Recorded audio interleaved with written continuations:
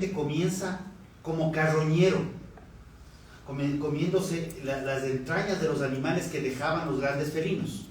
Luego comenzamos a ser recolectores, pasamos a ser cazadores, y como lo dice, hay un post de redes sociales donde aparece en las cuevas el humano cazando al animal para alimentarse.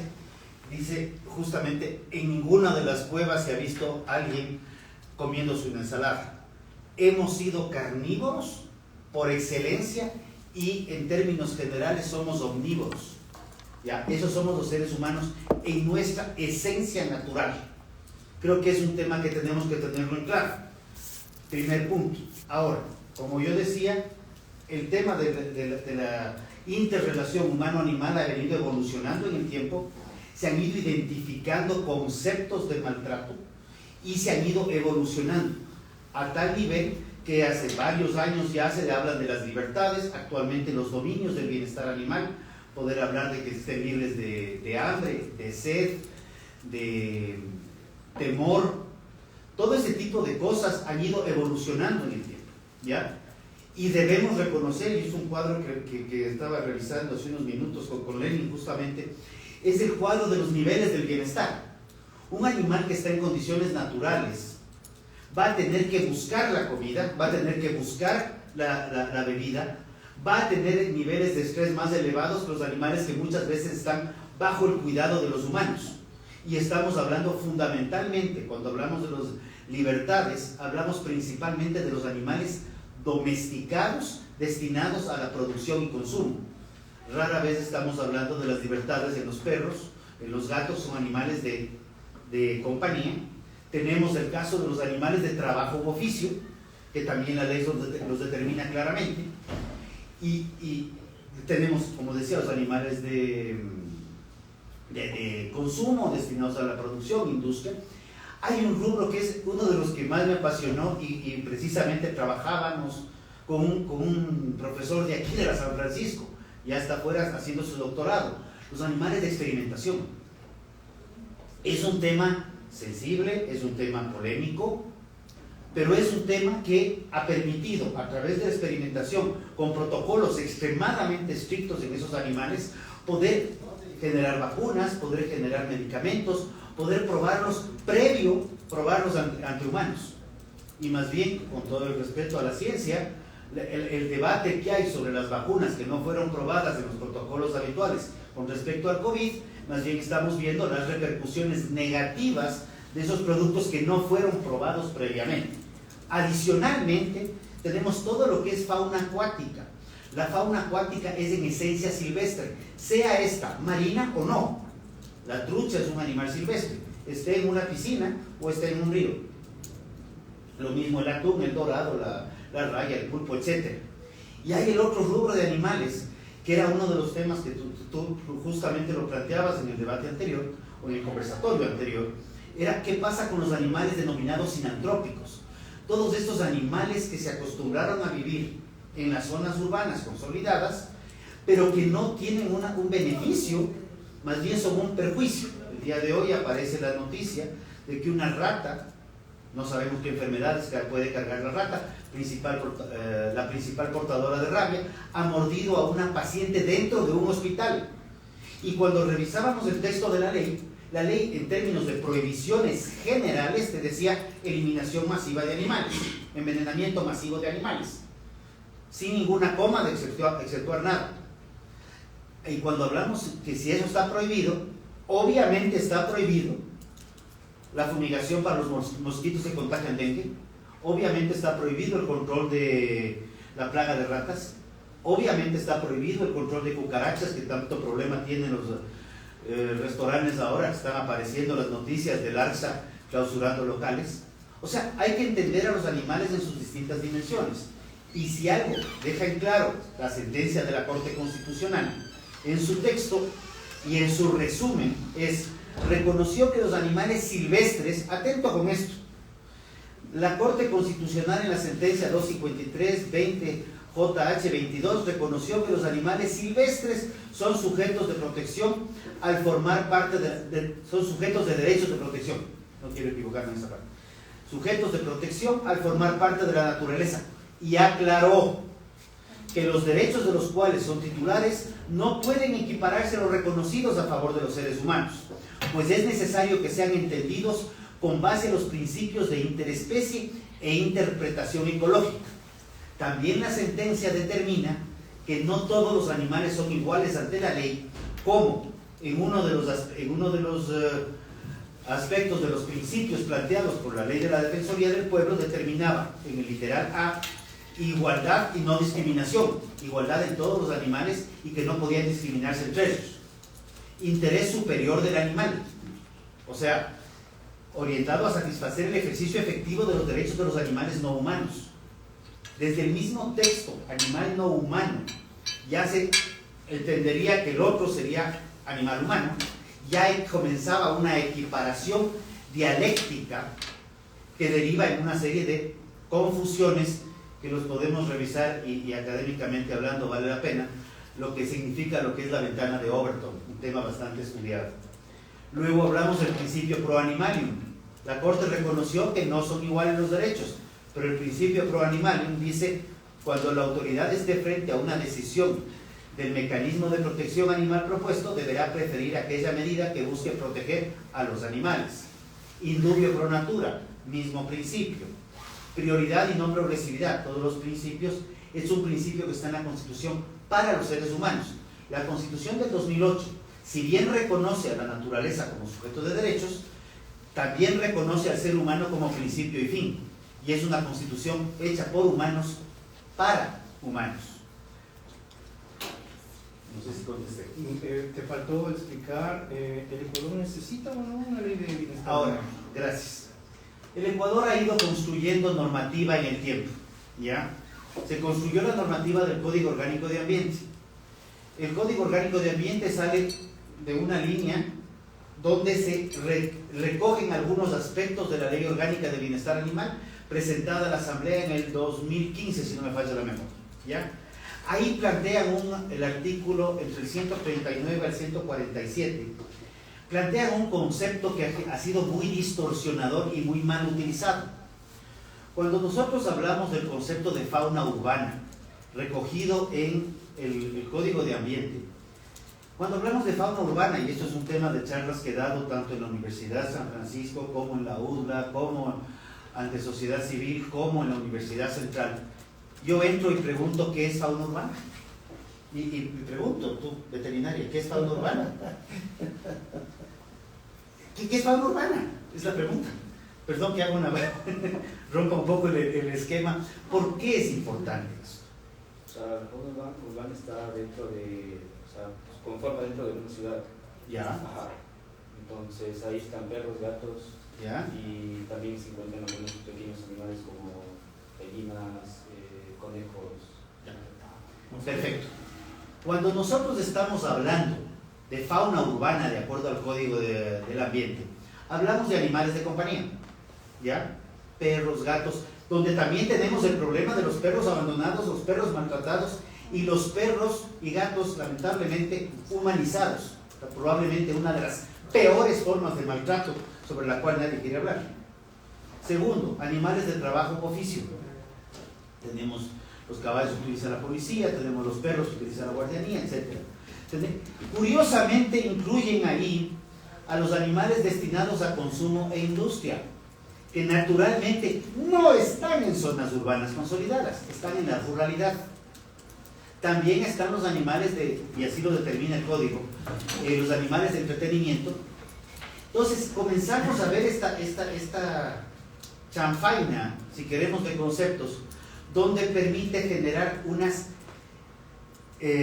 antinomias jurídicas entre lo que es el Código de Ambiente, que principalmente y fundamentalmente protege fauna silvestre, versus la Ley Orgánica de Sanidad Agropecuaria, que es la que se hace cargo de todo lo que tiene que ver con animales de trabajo u oficio, animales destinados a consumo y producción, ¿ya?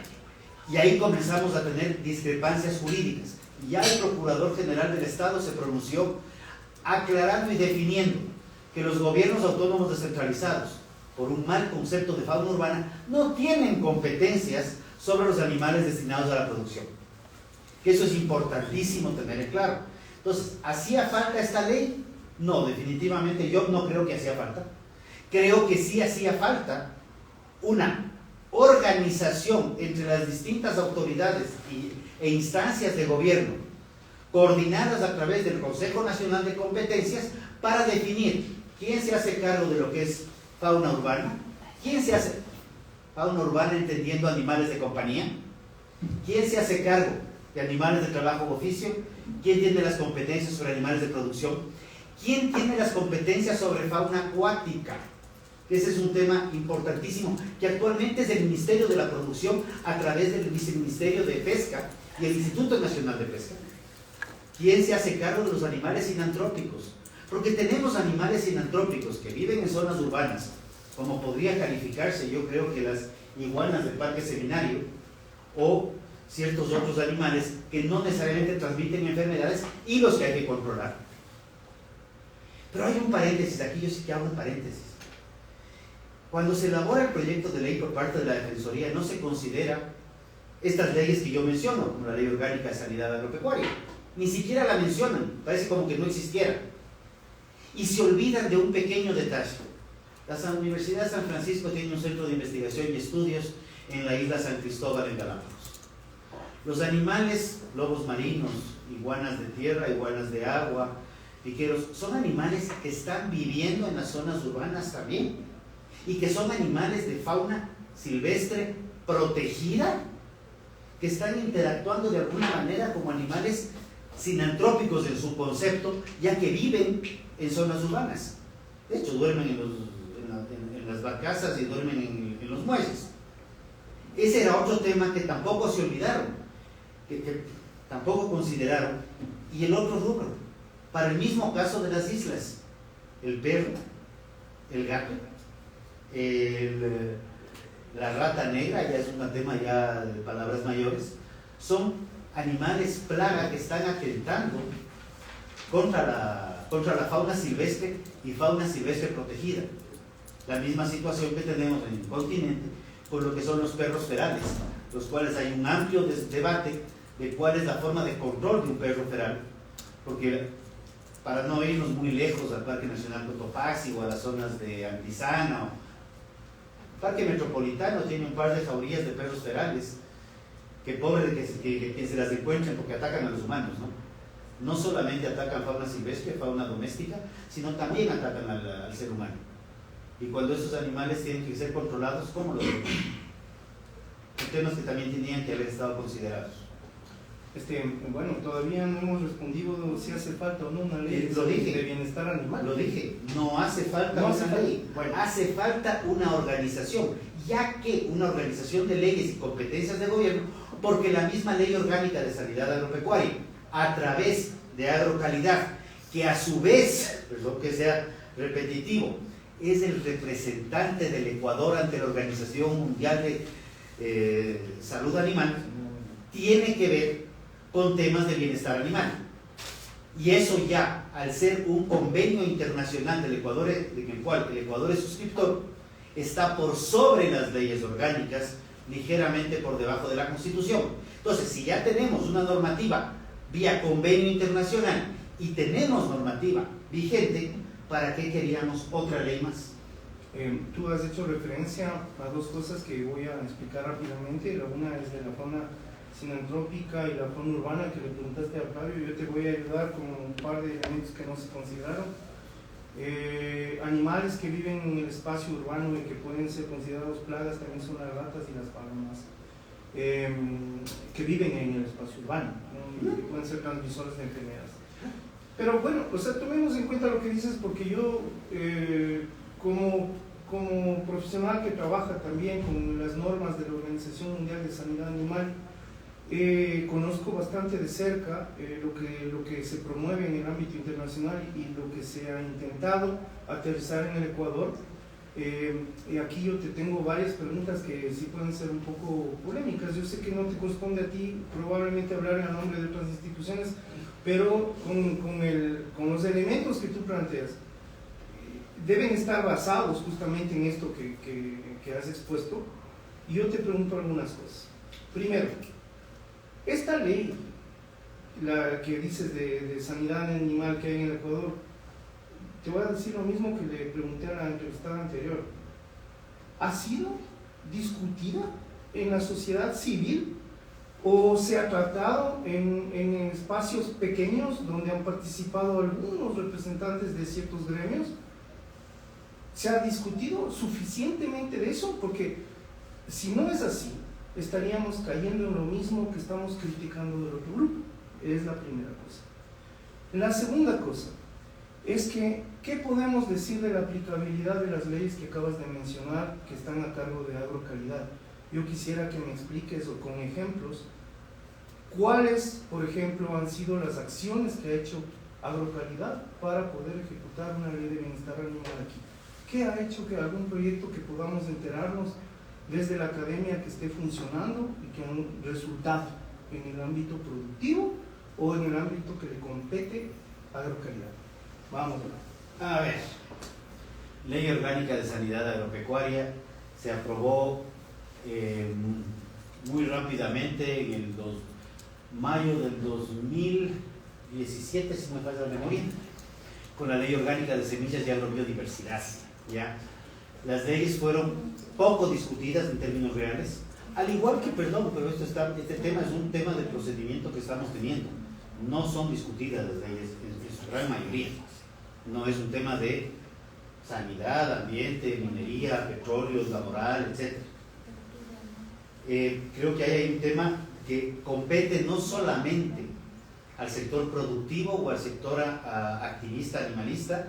Yo me considero un activista humanista y por reproducción. Ya no estoy en gremios desde hace algunos años. ¿Se ha discutido, como digo? No. Faltó discusión. Y quiero aclarar un detalle. Cuando la Corte Constitucional emite la sentencia 253 del 23 de enero del 2022, ¿ya?, determina que hay un plazo de 6 meses para construir un proyecto de ley. Se mencionó que la participación nuestra fue por invitación. Falso y de falsedad absoluta. Nosotros fuimos a golpear las puertas y meternos por la ventana, y lo he dicho públicamente, a la Defensoría del Pueblo a decirles: un ratito, usted está tratando leyes de animales. Tenemos que estar participando porque aquí es un tema.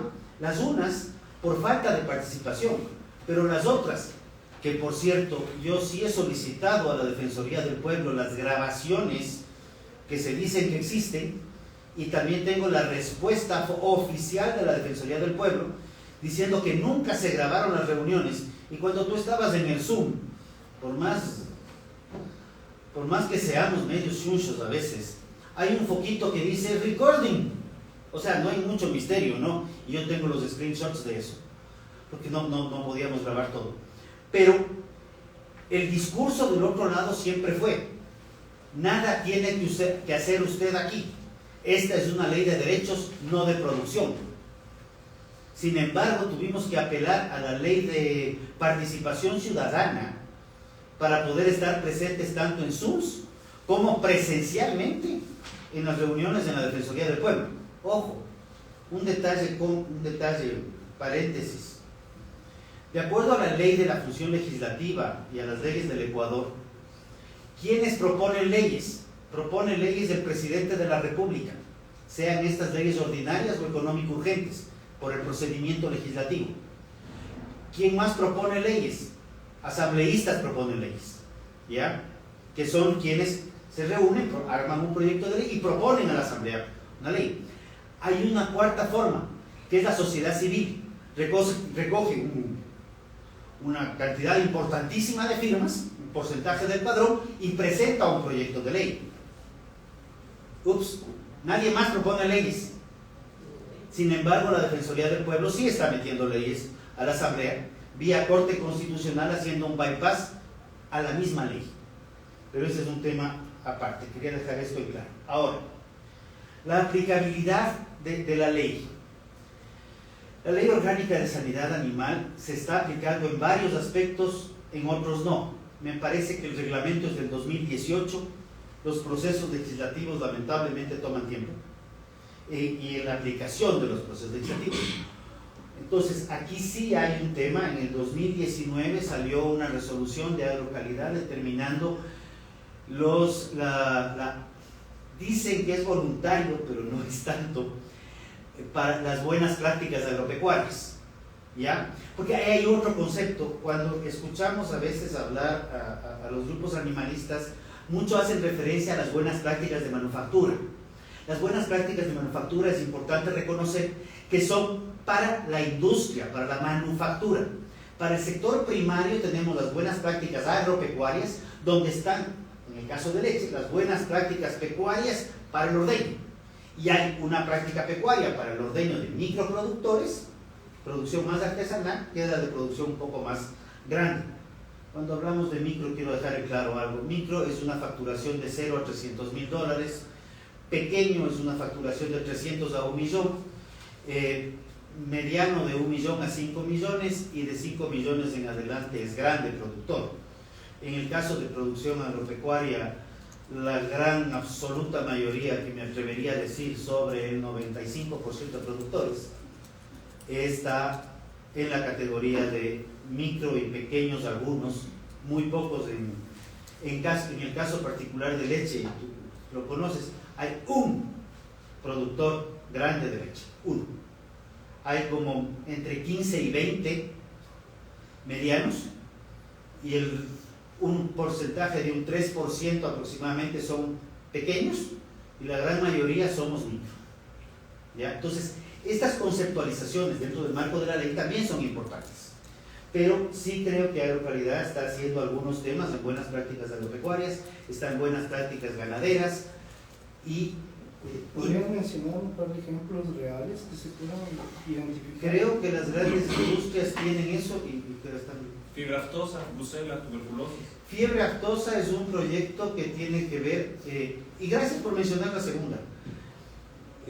Fiebre aftosa es un proyecto que tiene muchísimos años en el Ecuador. En el año 2009 se tomó una decisión, 2008 se tomó la decisión de subsidiar la vacuna. Tuvimos una fase promedio de 2.700.000 animales, se vacunaron en junio del 2008. Se mejoró en algo a diciembre del 2008, se vacunaba 2 veces al año, a 2.700.000. Recordemos que en el año 2009, en el mes de junio, se levantó una alerta sanitaria del Ecuador por fiebre aftosa. Tuvimos alerta roja en 17 provincias.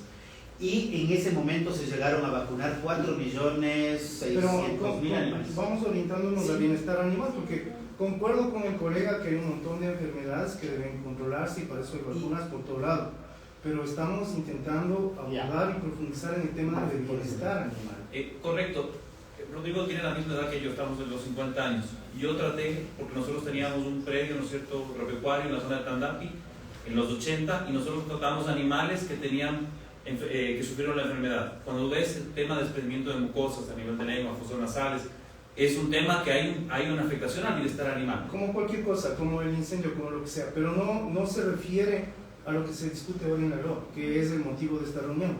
El asunto, Rodrigo, concuerdo contigo, y es muy loable el tema de la lactosa, pero también no dejen claro ciertas cosas. Primero, yo no conozco y no has podido mencionar un par de proyectos de bienestar animal en los cuales la autoridad esté dando seguimiento y cumplimiento. Y ahora yo quiero referirme a un tema, quiero referirme a un tema, con el tiempo que te tomaste tú para mencionar esto, también a un tema que me parece importante mencionarlo con respecto a eso. En el Ecuador, el 75% de los productores agropecuarios son productores que tienen menos de 10 vacas. 75%, menos de 10 vacas.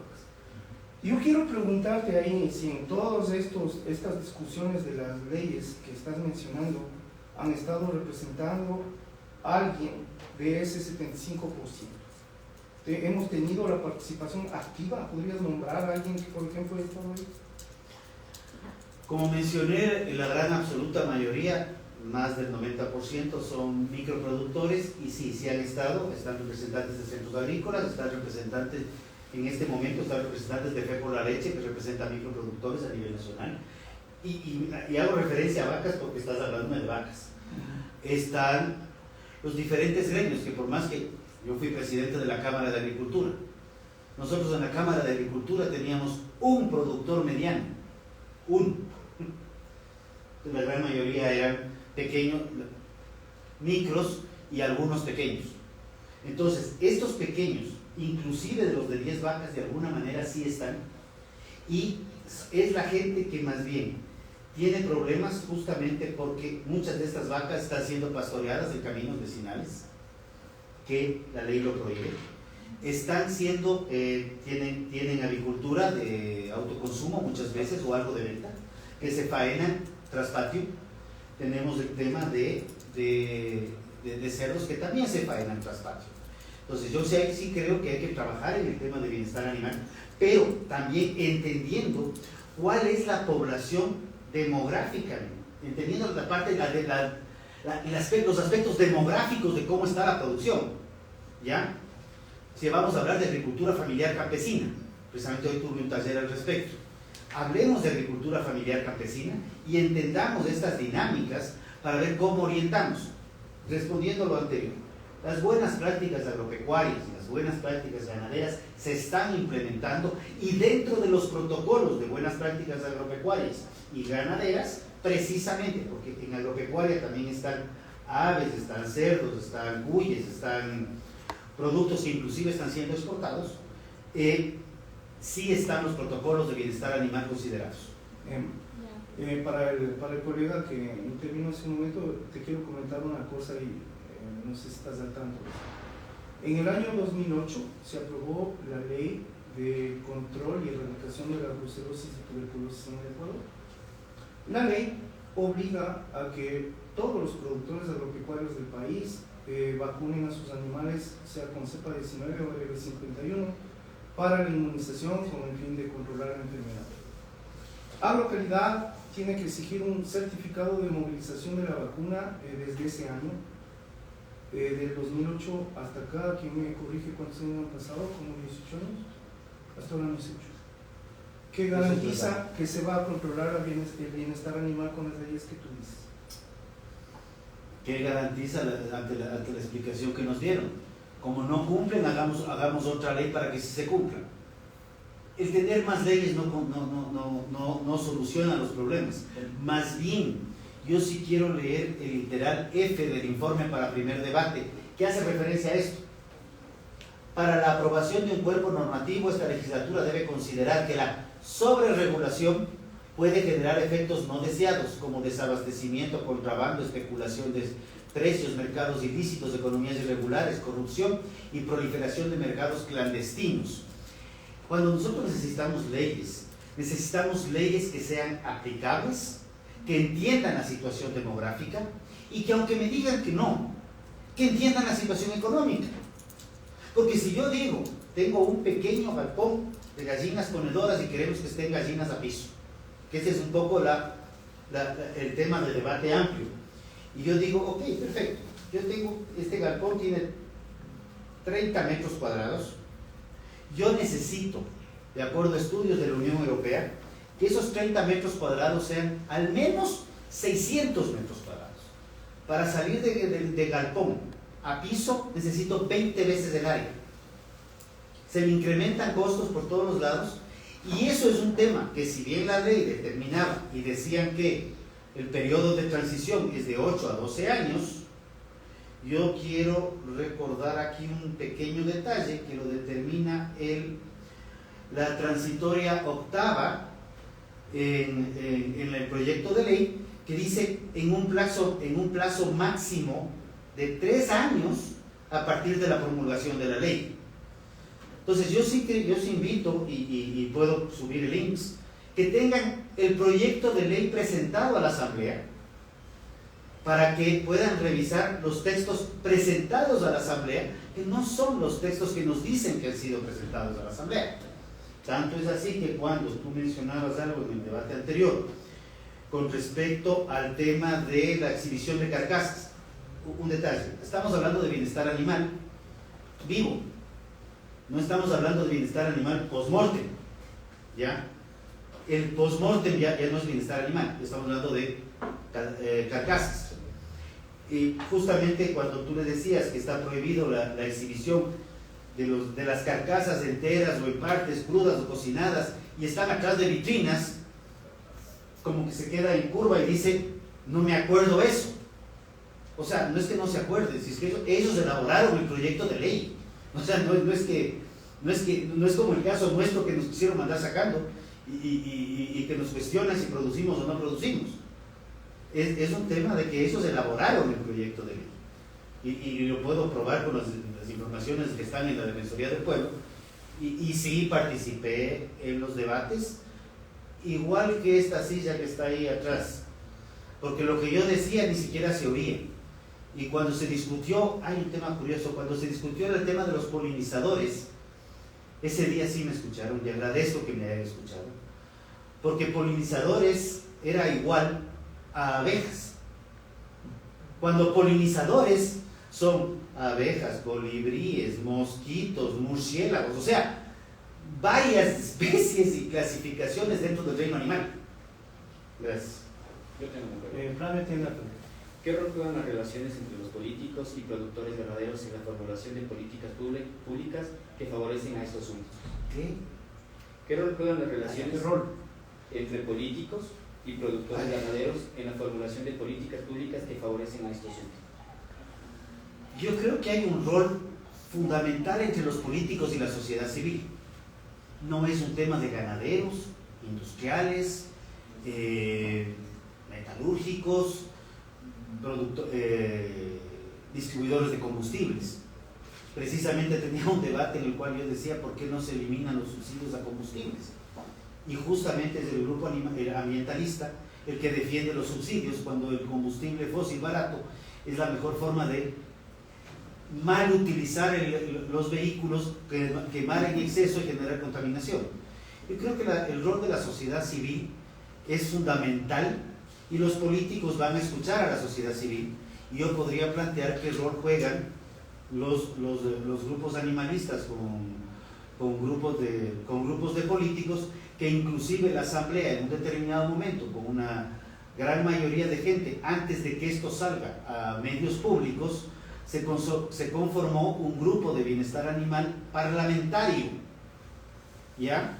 Donde por poco querían pasar esta ley sin ser ni siquiera debatida en el interno, y le iban a mandar el informe para el primer debate tal cual presentado por la Defensoría del Pueblo, que inclusive incumplía la misma sentencia. Y yo sí quisiera darnos un tiempito para hablar de qué tiene el informe para el primer debate, que ya está. Sí, después. Bien, yo tengo un par de criterios con respecto a lo que estamos mencionando ahorita. A ver, este momento, la ley que supuestamente sustenta el bienestar animal y la que haría que sea, digamos, que quede en el olvido una nueva propuesta de ley, es la ley LOSA. La ley LOSA tiene un pequeño capítulo de bienestar animal en el que se refiere principalmente a la normativa vigente que regule, que es lo que hablamos que no se hace. Dice también que se trabaje sobre parámetros de comportamiento, sin especificar sobre qué elementos. Responsabilidades de quienes intervienen en la cadena de producción, ¿cómo? Tampoco explica.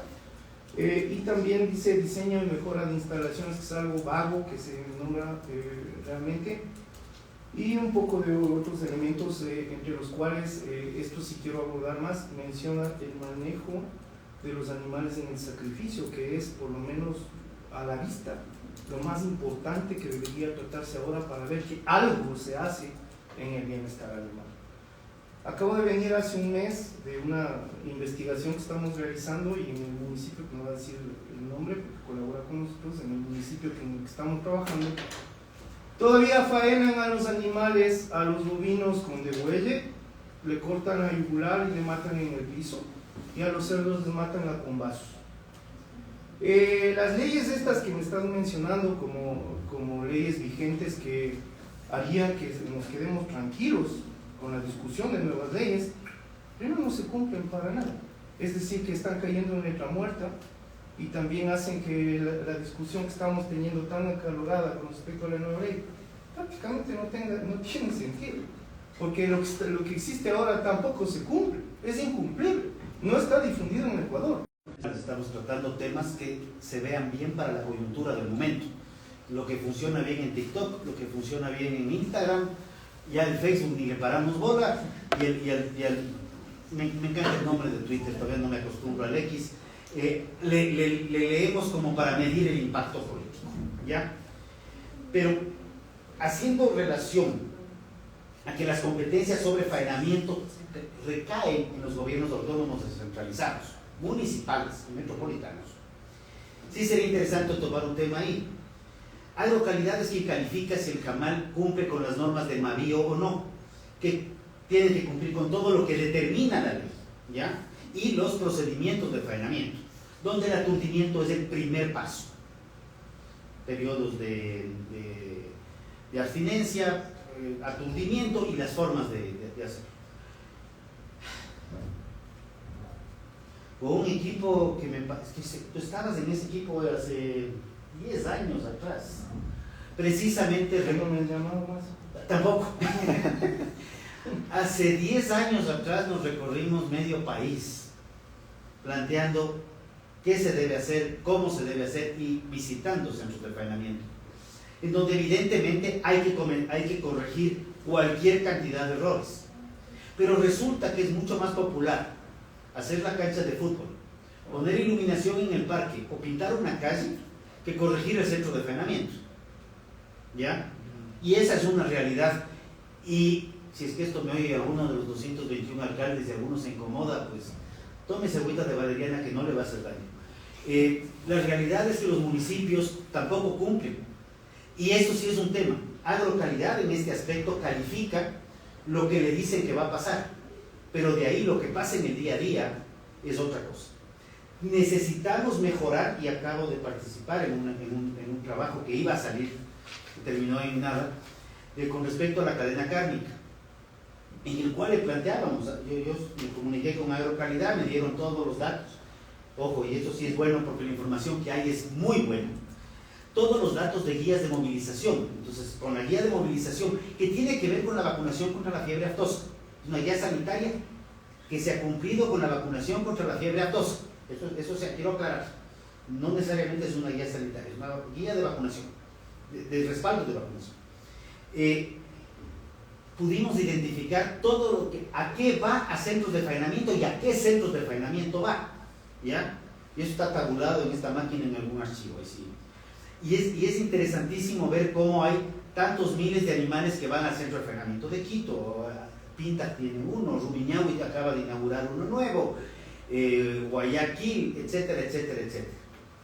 Esto es en bovinos principalmente, porque los de centros de faenamiento de aves, en su gran mayoría, si no es una absoluta gran mayoría, son de carácter privado, y cerdos se faenan en los municipales en su gran mayoría. Sí hay más centros de faenamiento privados en cerdos que lo que hay en bovinos, 5 o 6 más, tampoco es que es mucho, pero sí en los privados sí puedo dar fe que se cumplen las normas.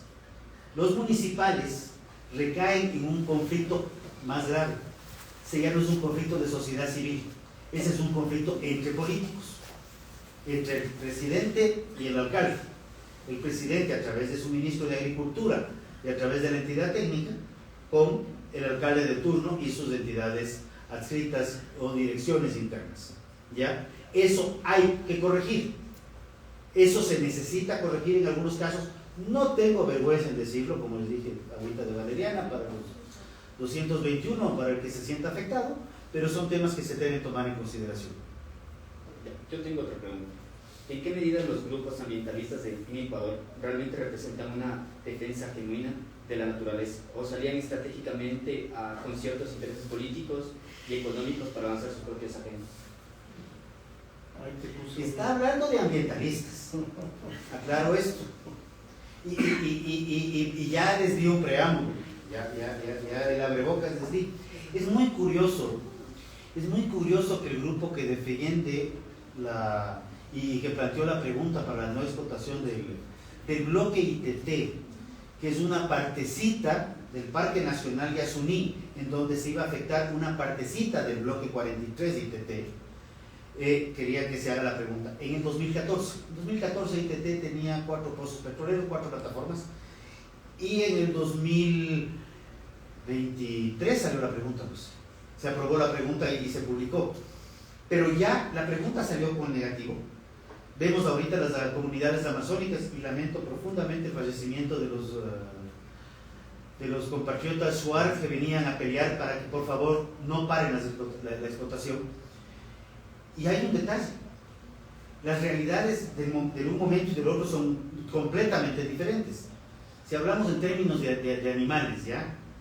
Yo no puedo decir que esta vaca ya no para en el 24 cuando en el 21 me preguntaron si quería que para o no. Ya pasó el 21, 22, 23, 24, la vaca parió 2 veces y ahora en el 24 me dicen quiero que la vaca regrese a las condiciones originales. Eso es lo que están pidiendo en el ITT, y por eso es que la ministra de Ambiente, la nueva ministra de Ambiente, está haciendo referencia a la complicación de la extracción de toda la infraestructura, más allá de ya dejar de explotar. Ahora, cuando vamos al otro lado, los mismos grupos ambientalistas que prohibían la explotación de petróleo en el Parque Nacional Yasuní, en el bloque ITT, son los mismos grupos que de manera radical se oponen a la eliminación de subsidios, que es el principal fomento para la utilización irresponsable de combustibles fósiles. Entonces, hay una contradicción en sí misma. Cuando hacemos referencia, ahora sí te voy a meter yo la pregunta, me voy a cambiar un poco la pregunta. Hablemos de bienestar animal. Cuando hablamos de bienestar animal, estamos hablando de gallinas de jaula, gallinas de jaula de baterías. ¿Por qué no estamos hablando de los gatos metidos en estas nuevas cestas transparentes con huecos, cuando el gato es un animal libre por naturaleza? El felino es un animal libre por naturaleza. O estamos hablando de estos perros que comentábamos anteriormente, que les tienen paseando en scooter en 2 patas, afectando su estructura ósea, o perritos con zapatos que afectan las felpas de los pies, donde pierden su interrelación con el ambiente. ¿Por qué no estamos hablando de eso? Vamos continuando con el tema. Bueno, cuando hay un argumento, lamentablemente un argumento con ejemplos, siempre puede haber un contraargumento con ejemplos. Así que contradecir lo que dices de los gatos también se puede hacer fácilmente, por ejemplo, con la sobreexplotación que hay de ciertos animales o con el hacinamiento. Ahora yo te quiero hacer una pregunta que hizo una alumna el día martes y que no sé, ¿hay preguntas en el chat? Bueno, voy a darle haciendo la pregunta a esta alumna. Dijo, ¿por qué no será tal vez que los ganaderos o los productores, los ganaderos me refiero a todos los productores pecuarios, les resulta incómoda una ley de bienestar animal porque tocaría sus bolsillos? Lo dijo de otra manera, pero yo lo resumo de esa manera. Porque les resulta caro, mejor no implementar bienestar animal. Y Xavi Heredia en la reunión anterior mencionó exactamente lo mismo, ¿no? Dijo, la parte económica aquí es el talón de Aquiles de toda esta discusión, porque realmente lo que se está confundiendo es el bienestar de los animales con el costo que podría tener el empresario. A ver, cuéntanos un poco qué es lo que dice. A ver, uno de los temas que nosotros peleamos en la ley es por qué las prohibiciones absolutas y no la opción de tener el derecho a elegir del consumidor. ¿Ya? Voy a empezar desde el consumidor y luego voy a entrar a la producción. La carne de pollo de pastoreo está a $2.62 la libra, más o menos, cuando la carne de pollo tradicional está a 70 centavos. ¿Ya? El huevo de pastoreo está más o menos a $12 la cubeta de 30 huevos, cuando la cubeta tradicional está más o menos a $4.30. ¿Ya? ¿Por qué pasa esto? Porque las condiciones de producción son completamente distintas. Yo tengo que tratar mayor área. Resulta que si necesito más área, tengo que tener la capacidad económica de comprar más terreno. Tengo que tener una serie de condiciones. Ya hablaba de robotización en Estados Unidos. Aquí todavía no tenemos robotización, tenemos que contratar personal. Eso incrementa costos. La recolección de huevos en el piso va a incrementar costos también. ¿Ya? Cuando hablamos de que la ley planteada requiere nuevas inversiones y costos para cumplir requerimientos no necesariamente técnicos ni necesariamente vinculados al bienestar animal. Cuando hablamos de bienestar animal, y justo estábamos, previo a la entrada, estábamos sentados en las gradas de aquí al lado, hablábamos de estas para las vacas, voy a hablar de bovinos de leche o de carne. Al bovino le encanta rascarse y cuando se rasca le termina rompiendo los condenados aretes a cada que puede. Y el arete ahora de agrocalidad para un proceso de trazabilidad que no se ha implementado en su totalidad es real, pero existe.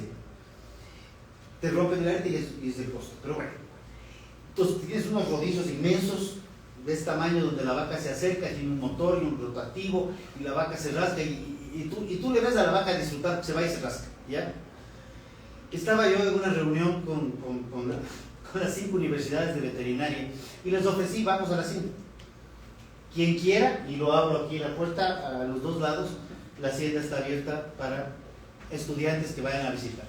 Fueron de una universidad que no voy a mencionar el nombre, y me impresionó ver a los estudiantes más asustados que las terneras cuando entraron al potrerillo. Y ese día justamente conversábamos de estos rodillos, y me dijo, pero ¿por qué no implementamos cepillos? Entonces, ¿qué hicimos?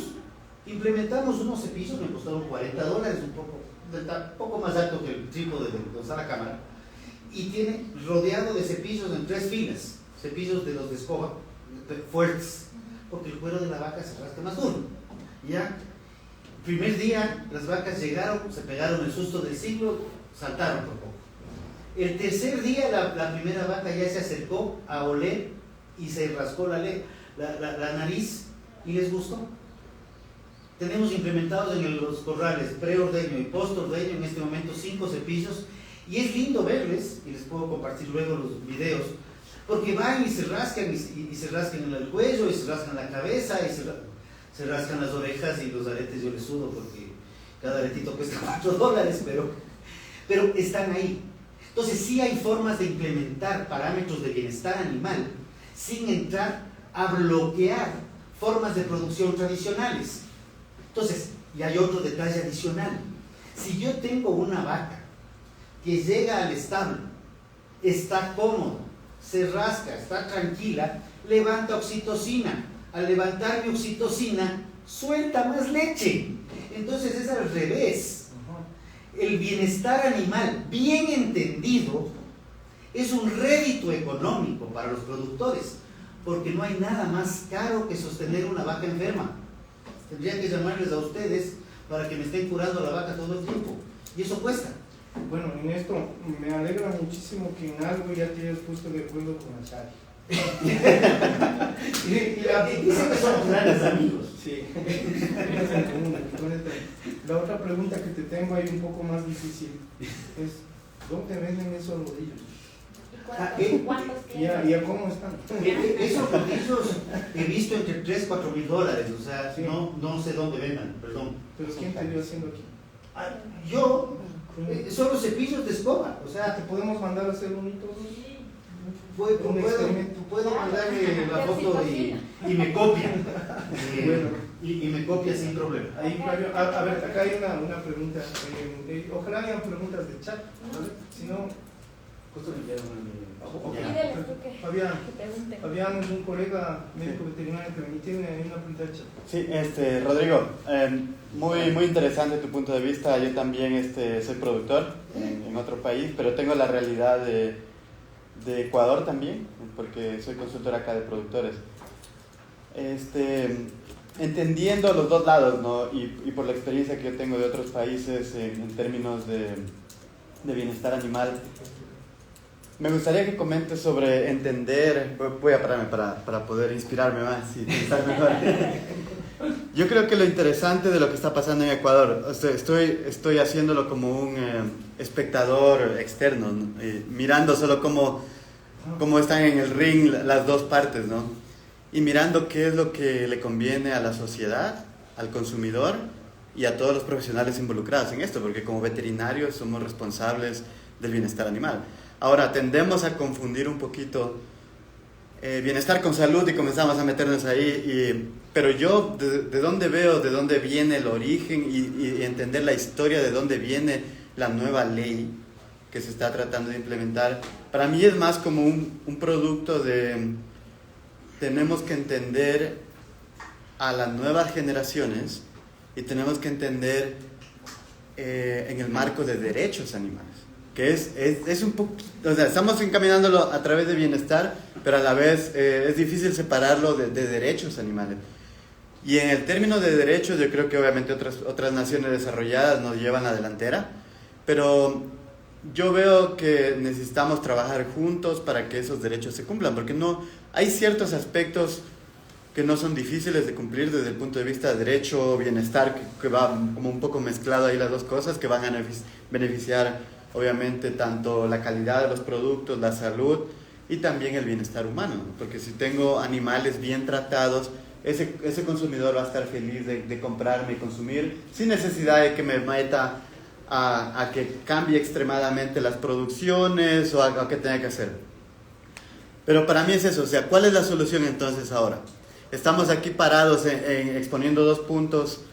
Es decir, yo quiero que se haga esto desde un punto, tal vez un poquitín, si miro el lado de derechos humanos, tal vez un poquitín, entiendo de dónde viene, entiendo qué es lo que quieren lograr para la sociedad con eso, para las nuevas generaciones, y eso es algo que se repite en otros lugares. Probablemente las ideas de esos derechos animales vienen de otros países donde están más desarrolladas esas ideas, pero veo que también existe mucha falta de información,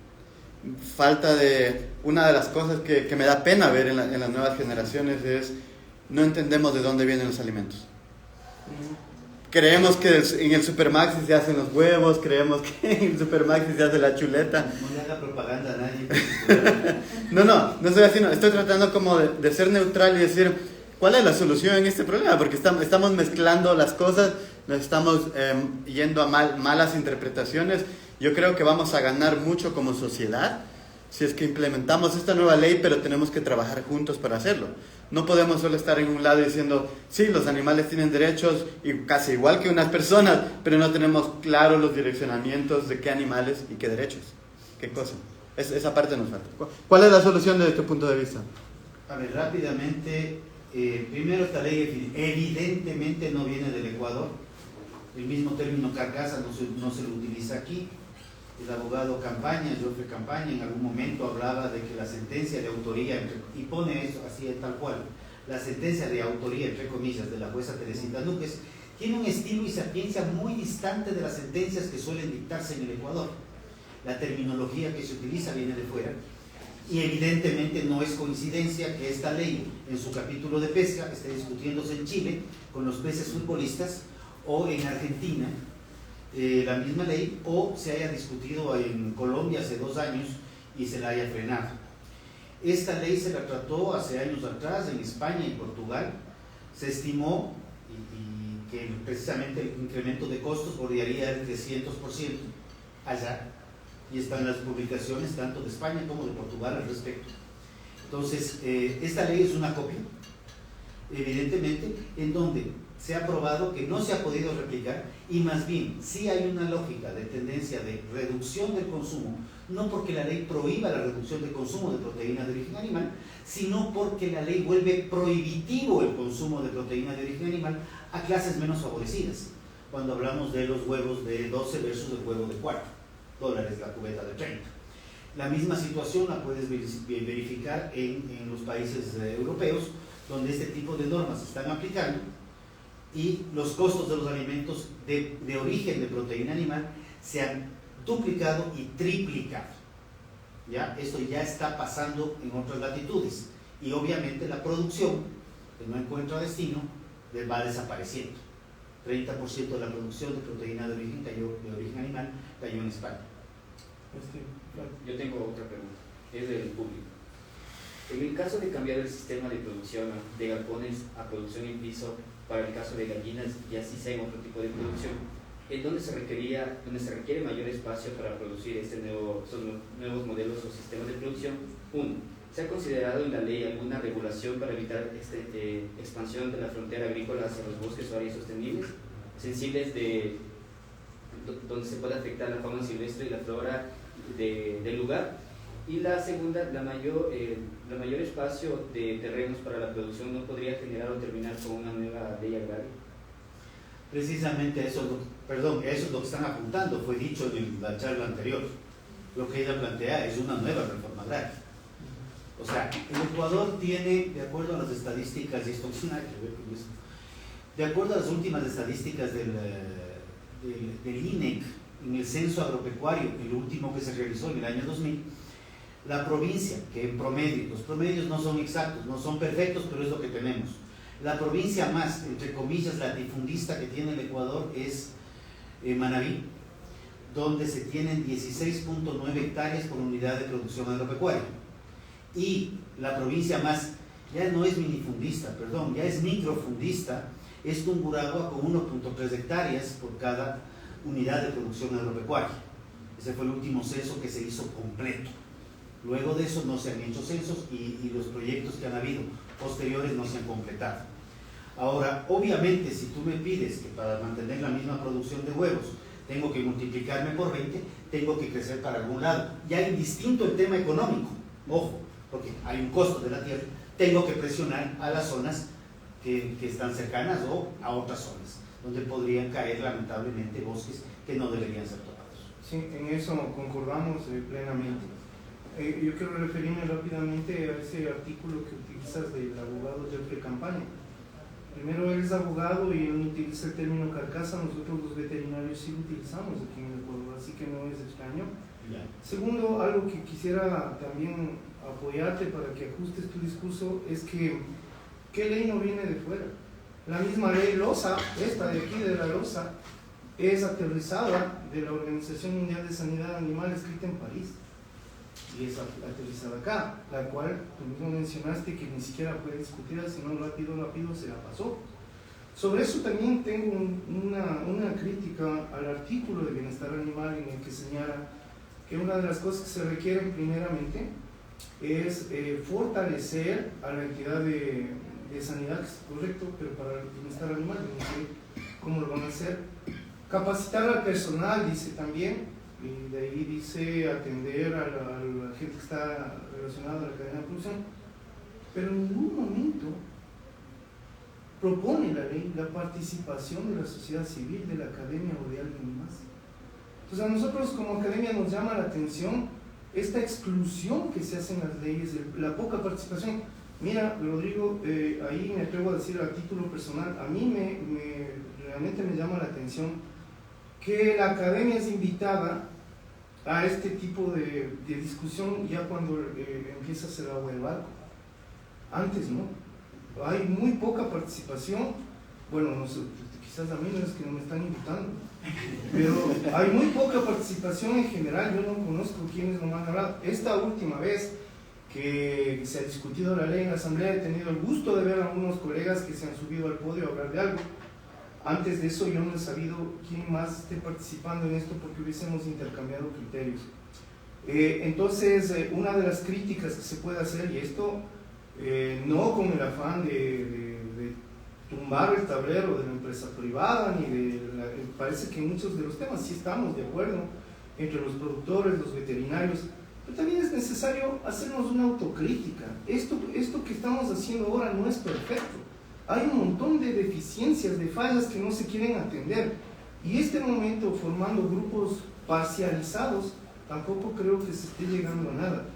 Yo, como reflexión, porque ya vamos terminando por el tiempo, como reflexión final quisiera decir que una de las labores de la academia obviamente es generar el pensamiento, promover el libre pensamiento, hacer que los estudiantes, la ciudadanía en general, pueda escuchar argumentos y generarse sus propios conceptos, ¿no? Ayudar a eso, encontrar soluciones. Pero también es hacer una especie de media cancha para poder tratar los temas. Aquí generamos conocimiento. Aquí podríamos ver cuál es la situación de un elemento determinado que requiere estudiarse. Aquí podríamos proponer si es que se puede generar una tecnología que sirva para mejorar el bienestar animal, y eso digo a nombre de los dos grupos, y que reduzca costos, por ejemplo. Y la pregunta mía es, y con esto para ir cerrando, Rodrigo, con tu intervención, ¿qué entidad del Estado se está encargando de hacer esto? A ver, consolidar y llamar a la academia. Sí, de todo esto que acabo de mencionar.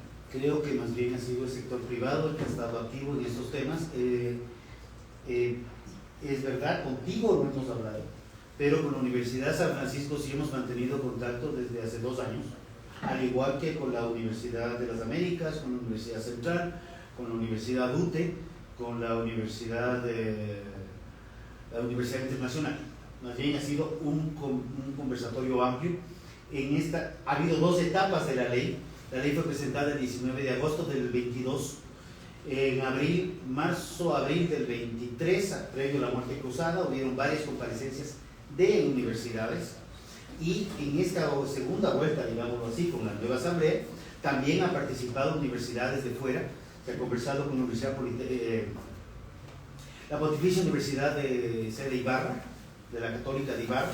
Se ha conversado con las 4 universidades de Ambato, y de hecho hay una ponencia no solamente del ámbito veterinario, hay posiciones en ámbitos multidisciplinarios, desde las facultades de Derecho, facultades de Veterinaria. No olvidarnos, yo sé que este es un tema polémico, que también existe la zootecnia, también está ahí, pero sí han estado participando. Y uno de los mayores cuestionamientos que sí le hemos hecho a la ley, al proyecto de ley presentado por la Defensoría del Pueblo, es la cantidad de prohibiciones y sanciones. De hecho, la ley planteaba más de 180 prohibiciones y más de 150 sanciones. ¿Por qué no tener lo que en alguna exposición del 22, justamente desde la UTE, una de las académicas de bienestar animal de la UTE nos presentaba y nos decía, en Francia, y hacía el ejemplo de los huevos, decía, para la producción de huevos tenemos 5 modelos de certificación diferente: A, B, C, D, E. A, tradicional. B, tiene un plus adicional que si el consumidor lo quiere pagar, tiene un impacto adicional en costo. C, un pitico más. Lo que nos pasa en leche. Leche diferenciada en el Ecuador no tenemos, en términos reales.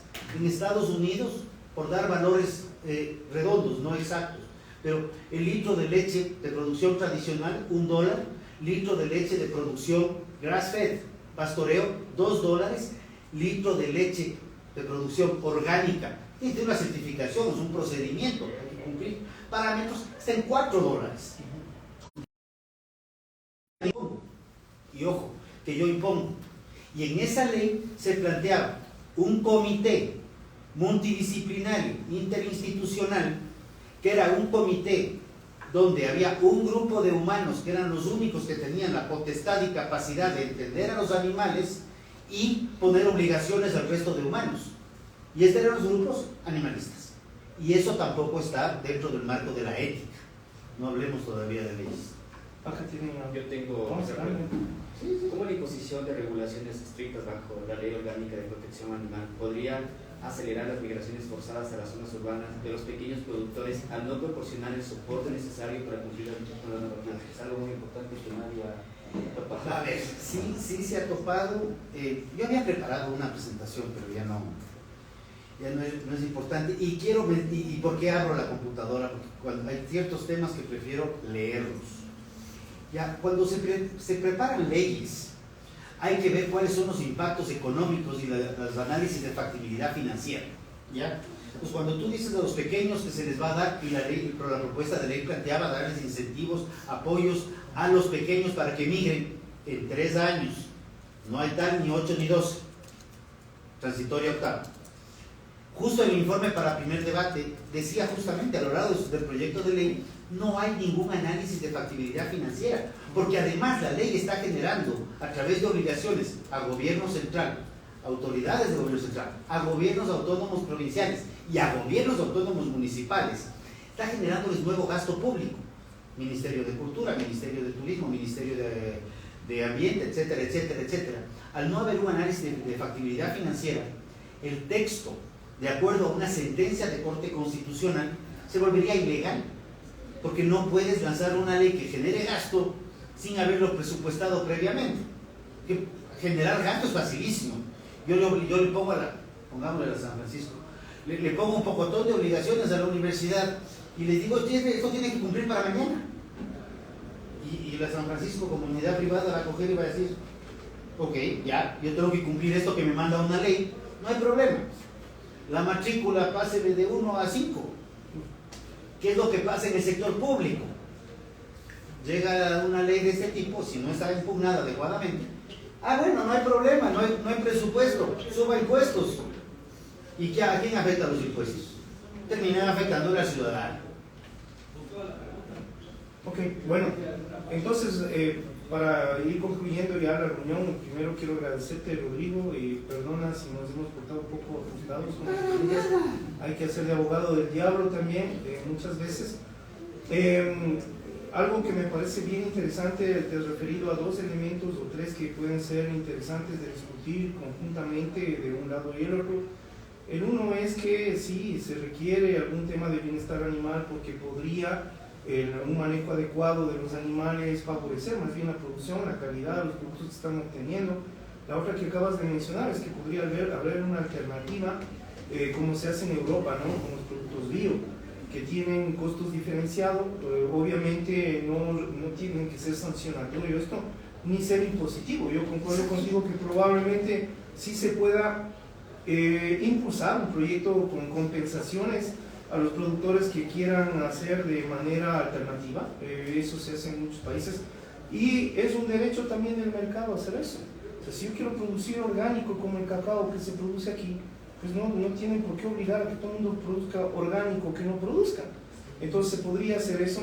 Sin embargo, sí es importante también que algunos temas de bienestar animal que están ya expuestos en las leyes que existen ahora se den cumplimiento. O sea, y como academia ahí sí podríamos decir que por lo menos el tema del manejo de los camales debería revisarse y ser más exhaustivo por parte de las entidades del Estado que tienen que ver con esa responsabilidad, sean municipios o las instituciones de los gobiernos. Entonces, eso nada más, y yo quiero agradecer también a quienes han venido. ¿Del público hay alguna pregunta para cerrar? ¿No? Sí, entonces con tu pregunta cerramos, ¿ya? Gracias por venir también y les esperamos en la siguiente reunión con algún otro invitado que ya les hemos realizado. Bueno, gracias por venir. Empatizo con muchas de las preocupaciones que tienen ambos lados, pero mi crítica va también desde la institucionalidad, ¿no es cierto? O sea, pensemos en las instituciones del Ecuador, pensemos en la Fiscalía, pensemos en los GATS, pensemos, o sea, qué sentido tienen ahorita, ¿no es cierto? O sea, tú ves, digamos, que sale una persona que mató al otro día, ¿sí? Entonces, ¿qué sentido tiene tanta ley y tanta cosa en un país tan desinstitucionalizado? Eso es lo que me hace como creer que muchas cosas son como deberían, ¿no es cierto? La otra sesión yo le cuestioné a nuestra invitada, ¿no es cierto?, de toda esta relación con lo utópico, ¿no? Entonces decía, sí, es que debe ser un mundo justo, ¿no es cierto? ¿Por qué los pobres deben tener huevos de $2, no sé qué? Bueno, yo no entiendo todas esas cuestiones, pero cuando nos conectamos con esta realidad, ¿no es cierto?, con entender la propia institucionalidad, ¿no es cierto? Eso es lo más complejo, creería yo. ¿Sí?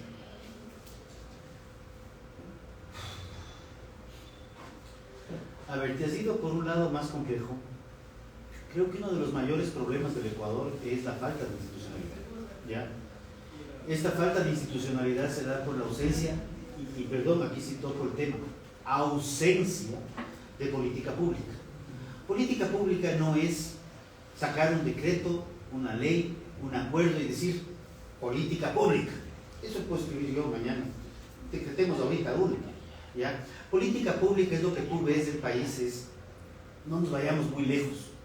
Aquí abajito al Perú.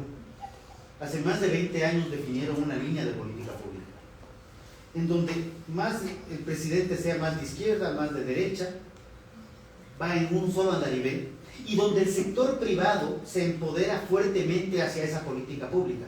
Y tú ves que un momento el Perú en un cortísimo plazo de tiempo cambió 5 presidentes y el riesgo país llegó a 280.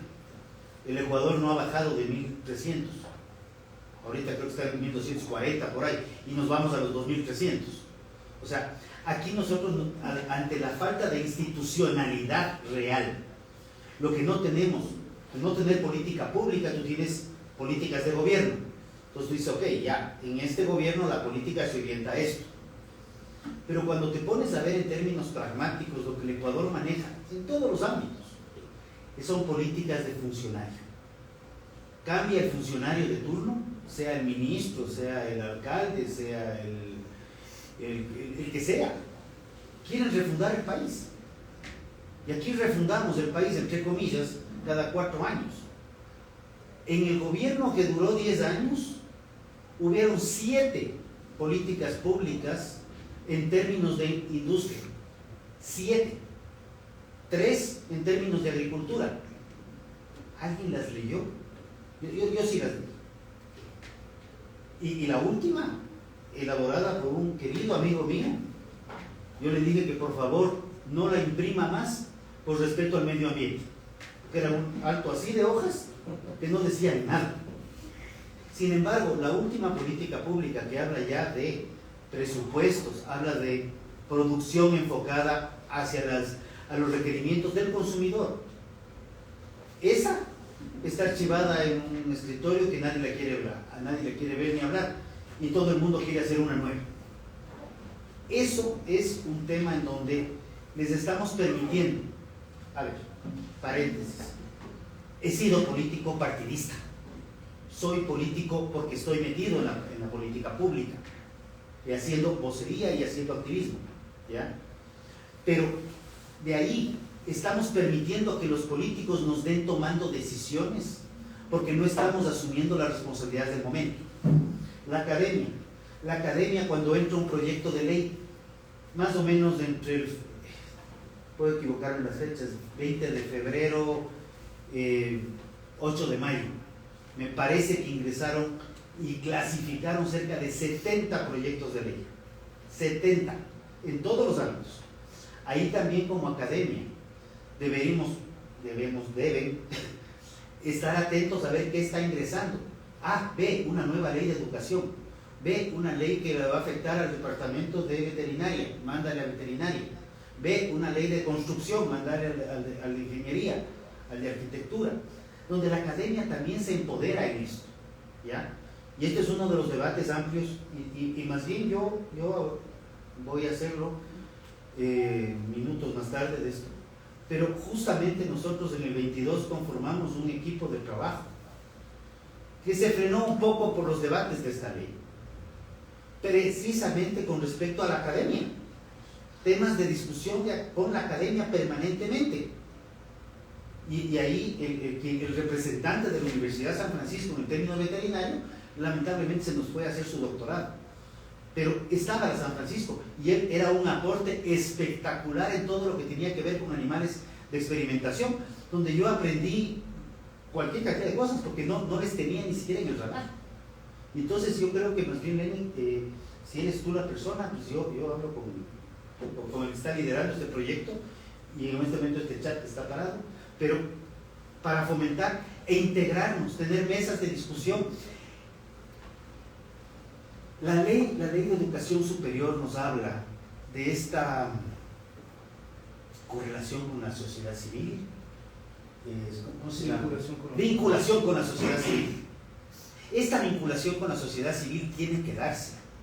Entonces, aquí sale un proyecto de investigación con respecto a algún tema, ya que se hace una muy buena tesis, sale laureada con honores, pero esa tesis muchas veces no se entera nadie del sector privado.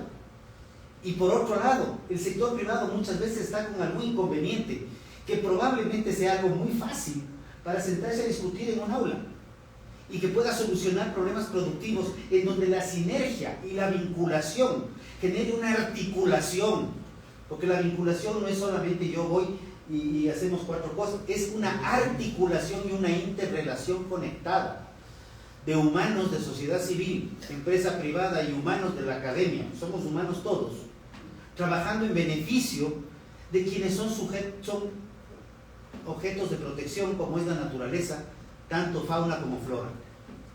Y podríamos hacer maravillas trabajando de la mano y de manera mancomunada y conjunta. Muy bien. Bueno, quiero darte las gracias nuevamente, Rodrigo, y decirte que estamos abiertos. No es mi persona aquí, somos un grupo de profesionales bastante amplio que atienden temas distintos por su especialidad. Así que gustosos asistiremos a alguna convocatoria que se nos haga para poder aportar con lo que podamos, ¿no? En el mejoramiento de las propuestas. Y bueno, esta es tu casa, visítanos cuando quieras y estaremos abiertos también a hacer otra vez alguna otra reunión. Muchas gracias a todos también.